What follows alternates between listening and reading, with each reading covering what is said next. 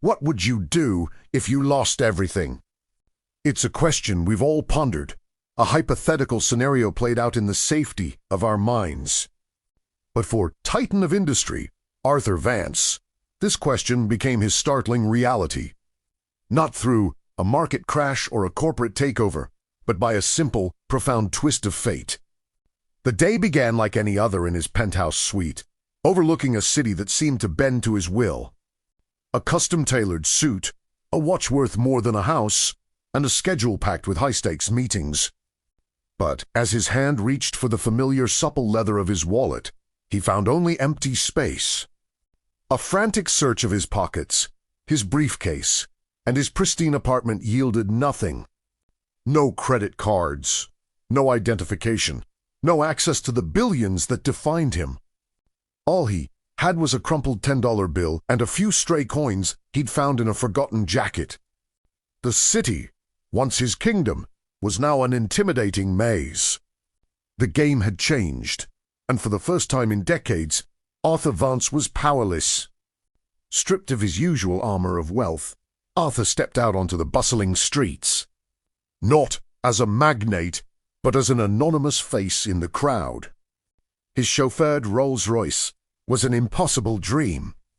Instead, the rumbling, crowded city bus became his chariot. The symphony of honks and chatter replaced the quiet hum of his luxury vehicle.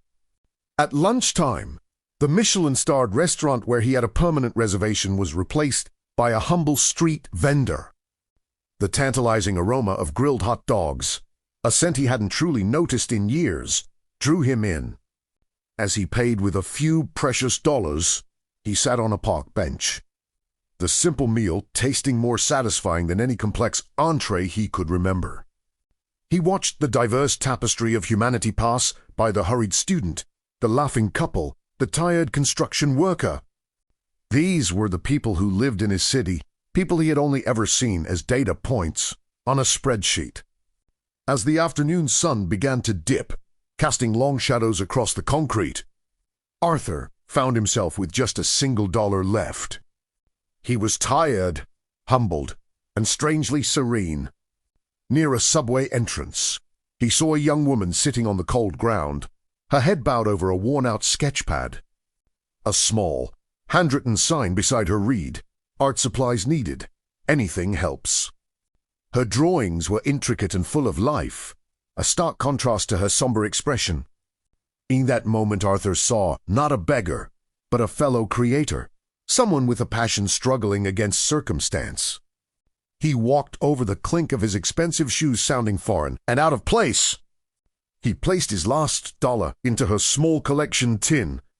She looped up her eyes wide with surprise and gratitude. "Thank you," she whispered, a genuine smile breaking through her fatigue. That simple smile, that moment of human connection, struck Arthur with a force greater than any billion-dollar deal he had ever closed.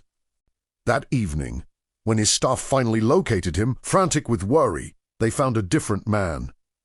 The experience had peeled back the layers of his identity, revealing a core he had long forgotten. He realized that his true worth wasn't stored in offshore accounts or measured by stock prices. It was found in shared humanity, in the ability to connect, and in the profound joy of giving without expecting anything in return. The city was still his, but he now saw it through new eyes, not as a landscape to be conquered, but as a community to be a part of. The tycoon had lost his wallet, but in doing so, he had found his soul. And so we ask you again, what would you do if you lost everything? Perhaps, like Arthur Vance, you might just find something infinitely more valuable.